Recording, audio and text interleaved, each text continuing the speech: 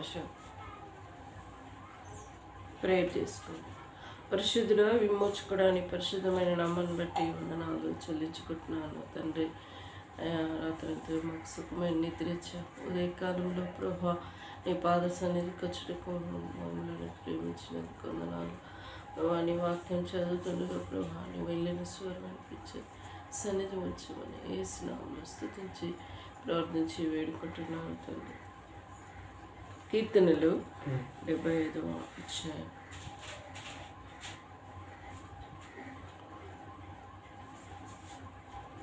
దేవా, మేము నీకు కృతజ్ఞతాస్తుతులు చెల్లించుచున్నాము. నీవు సమీపంగా నున్నావని కృతజ్ఞతాస్తుతులు చెల్లించుచున్నాము. నరులు నీ ఆశ్చర్య కార్యములను వివరించెదరు. నేను ఎంతకాలము కనిపెట్టుచున్నాను, నేను న్యాయమును బట్టి తీర్పు తీర్చుచున్నాను. భూమియు దాని నివాసులందరూ లయమగినప్పుడు నేనే దాని స్తంభములను నింపుదును.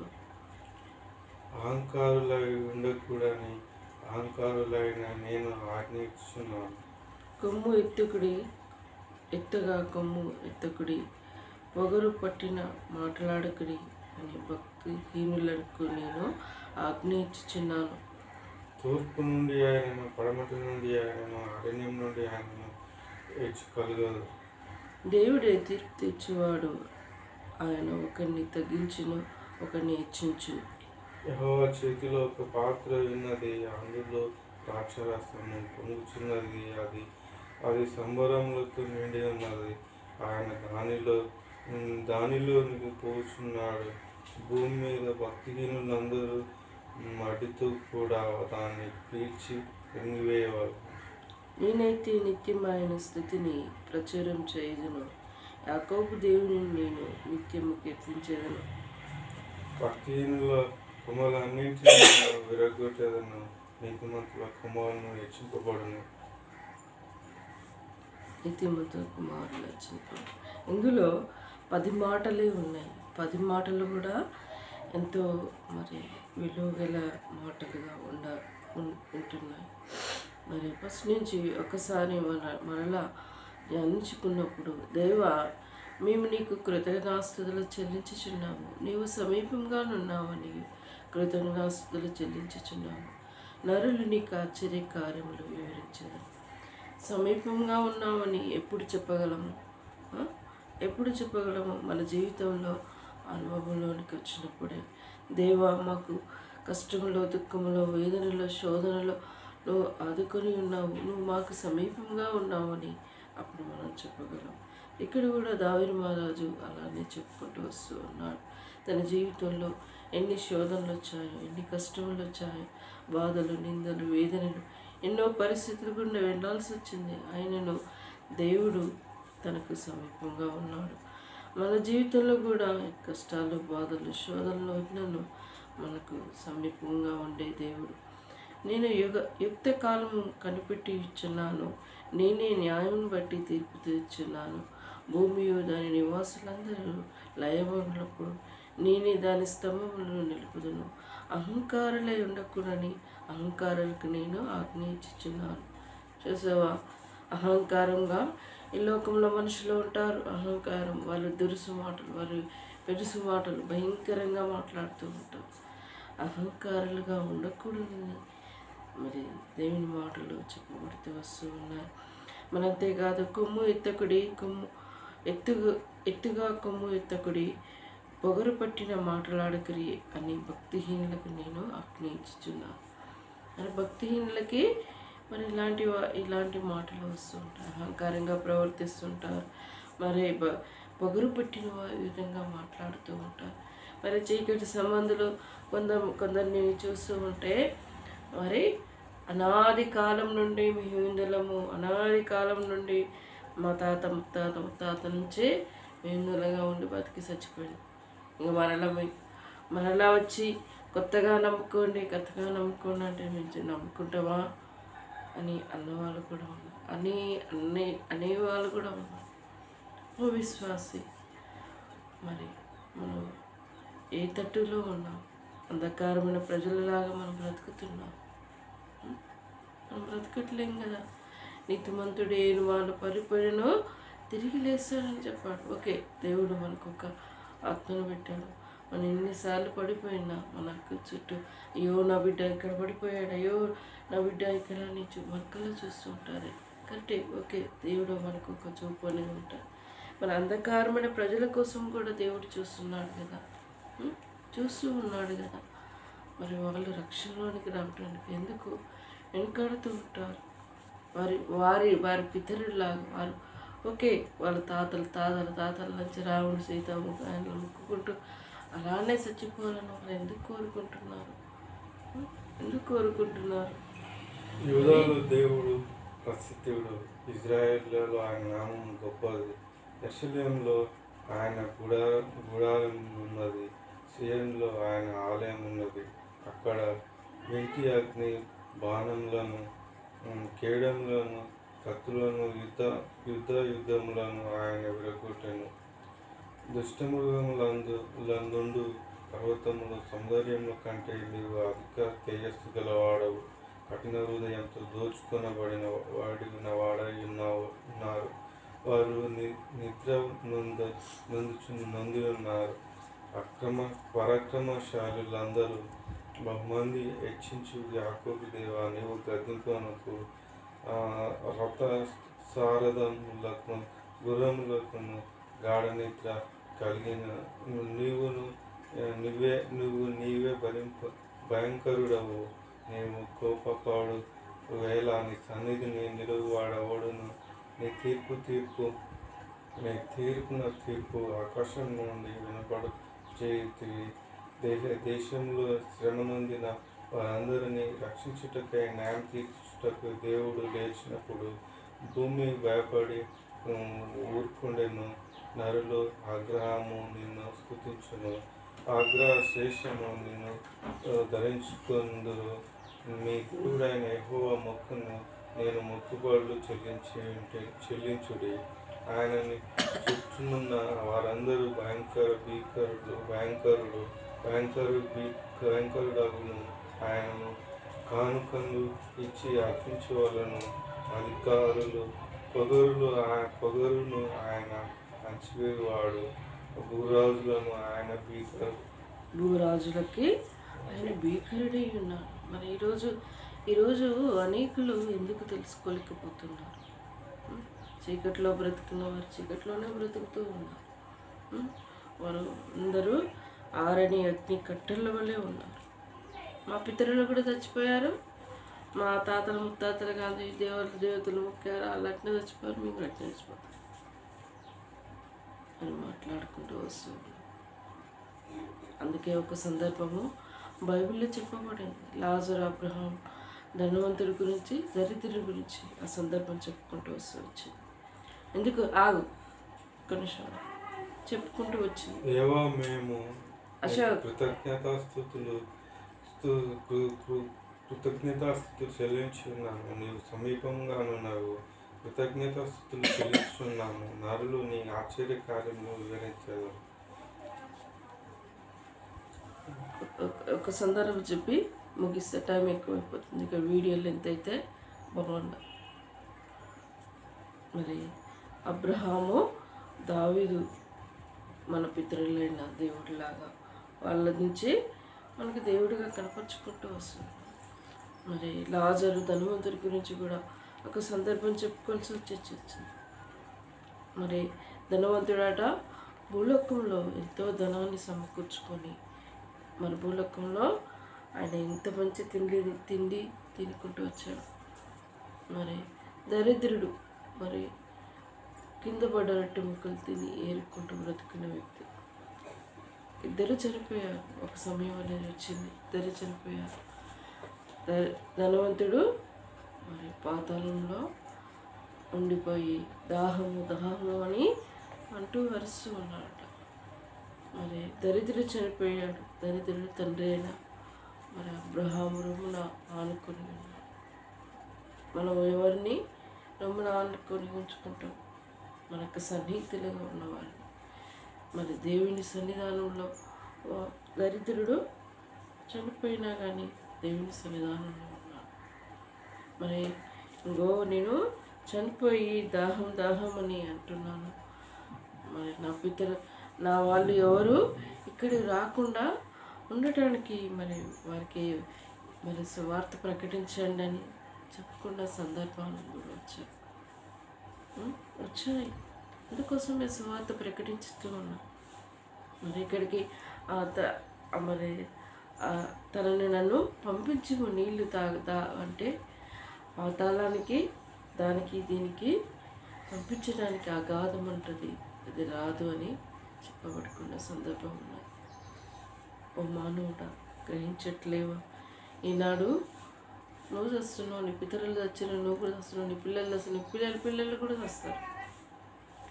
అందరూ నేను చచ్చిపోయినా కానీ మరి నరకంలో వెళ్తున్నా, నా పితరులు కూడా నరకంలోకి వెళ్ళారని ఆలోచన వివేక జ్ఞానం లేదమ్మా. సందర్భం చెప్పుకుంటూ వచ్చింది, నిజంగా చెప్పుకుంటూ వచ్చింది. సువార్త ప్రకటించబడిందంటే ఆల్రెడీ లాజరు మరి తను అబ్రహాం రొమ్మున ఆడుకుని ధనవంతుడు 6 అగ్నిగుండంలో కాలుకుంటూ దాహము అనుకుంటూ వస్తుంది. తను అరిశాడు, నేను ఒక్కను వెళ్ళాను కానీ నా వాళ్ళు ఎవరు వెళ్ళకుండా చేయండి, అక్కడ వెళ్ళి ఎవరికైనా స్వార్థ చెప్పండి, అట్లానే నమ్ముకుంటారు అని అన్నాడు. అన్న సందర్భం కూడా ఉన్నది. క్రైస్తవుడుగా మరి మన అంధకారమైన ప్రజలుగా జీవిస్తున్న వాళ్ళ కోసం కూడా చెప్తూ ఉన్నాం. మన జీవితాలు ఎలా ఉన్నాయి పరీక్షించుకున్న వారుగా ఉన్నారు. మరి ఆరణి అగ్నికి కట్టబడిన వారంగా ఉంటున్నామా, లేకపోతే నిత్య రాజ్యంలో మరి మనం ఆయన్ని స్తుతించ బద్దులమై ఉన్నాం. మన ఈ లోకాన్ని ఎన్ని దినాలైనా ఎంత వ్యక్తి అయినా దరిద్ర సావాల్సిందే, ధనవంతుడు సావాల్సిందే. ఈ లోకంలో బ్రతకడానికి ఏదో ఒక ఉపాధి కోసం మనం బ్రతుకుతూ కష్టం చేసుకొని బ్రతుకుతూ మనిషికి కావాల్సింది ఫస్ట్ తిండి, బట్ట, నివసించడానికి ఇల్లు, ఈ 3 కావాలి. ఈ 3 అవసరం. ఈ 3 కన్నా ఇంకా ఎక్కువ ఏమైనా మన జీవితంలో ఉంటే వేస్ట్. నీకు కలిగిన దానితో తృప్తిపడమన్నాడు దేవుడు. ఇప్పుడు ప్రసాద్ మనకి పెంకిలిల్లో ఉన్నప్పుడు గవర్నమెంట్ ఇచ్చినప్పుడు ఇల్లు పెంకిలిల్లో ఉన్నాం, కొన్ని సంవత్సరాల దాకా ఉన్నాం. ఎప్పుడు ఆశించాము ఇల్లు కోసం? ఇది కురుస్తుంది, ప్లస్ పడుకోవటానికి ఇరుకుగా ఉన్నది, మాకు ఇరుకుగా ఉన్నది, వర్షం వస్తే ఈ ఇంట్లో మేము నిలబడి కూర్చోవాల్సి వస్తుంది, ప్రభువా మాకు ఇల్లుని అనుగ్రహించే ప్రభువా అని మొరపెట్టుకున్నా. నిజం, నేను మొరపెట్టుకున్నా. సో కేసీఆర్ ప్రభుత్వంలో అప్పుడు ఇల్లు వస్తుందేమో గవర్నమెంట్, అంతో ఇంతో మన పైసలు కలిసి మంచి ఇల్లు కట్టుకుందామని కూడా ఆశించాను. సో ఆ ప్రభుత్వంలో రాలేదు.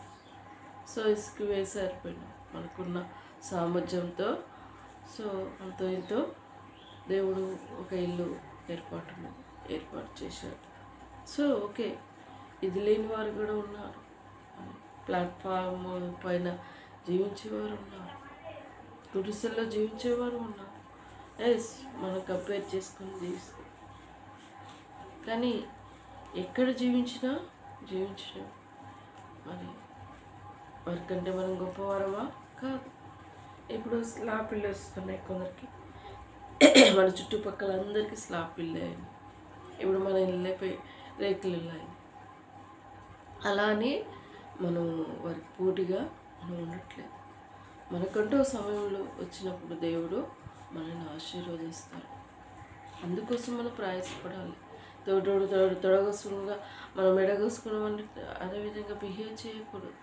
మనకి కావాలంగా నాకు లేదు, నేను ఎటుబడి చేసుకోవాలి, ఎటుబడి చేసుకోవాలి, అట్లానే జీవిస్తూ వస్తుంది. ఇప్పుడు అదే జనరేషన్లో మారిపోతుంది. దేవునిలో కనిపెట్టినప్పుడు దేవుడు ఇస్తాడు, ఆయన చూస్తూ ఉన్నాడు, ఎప్పుడు ఏం కావాలో ఆయన ఇచ్చేవాడుగా ఉన్నాడు. ఆయన ఇచ్చినప్పుడు తీసుకుంటే అది ఆనందం. మరి మన సొంత ప్రయత్నం చేసుకుంటే మన శరీరానికి మరి వ్యర్థమని ఆయాసకరమని దేవుడు వాక్యంలో చెప్పబడుతుంది. అవసరమా ఈ వ్యర్థమైన జీవితాలు? అవసరమా? అవసరం లేదు. ఓ మానవుడా, గ్రహించు. ఎప్పుడు ఏమి కావాలో దేవునికి తెలుసాడు. తన ప్రియులు నిద్రించుచుండగా ఆయన వారికి ఇచ్చునని దేవుని వాక్యంలో సెలవిచ్చింది. నువ్వు దేవునికి ప్రేమగా ఉంటే దేవుడు నీకు ఇస్తాడు. నమ్మి విశ్వసించు. కొందరు ఈ విషయాలు కూడా ట్రోల్ చేసి మాట్లాడుతూ ఉంటారు.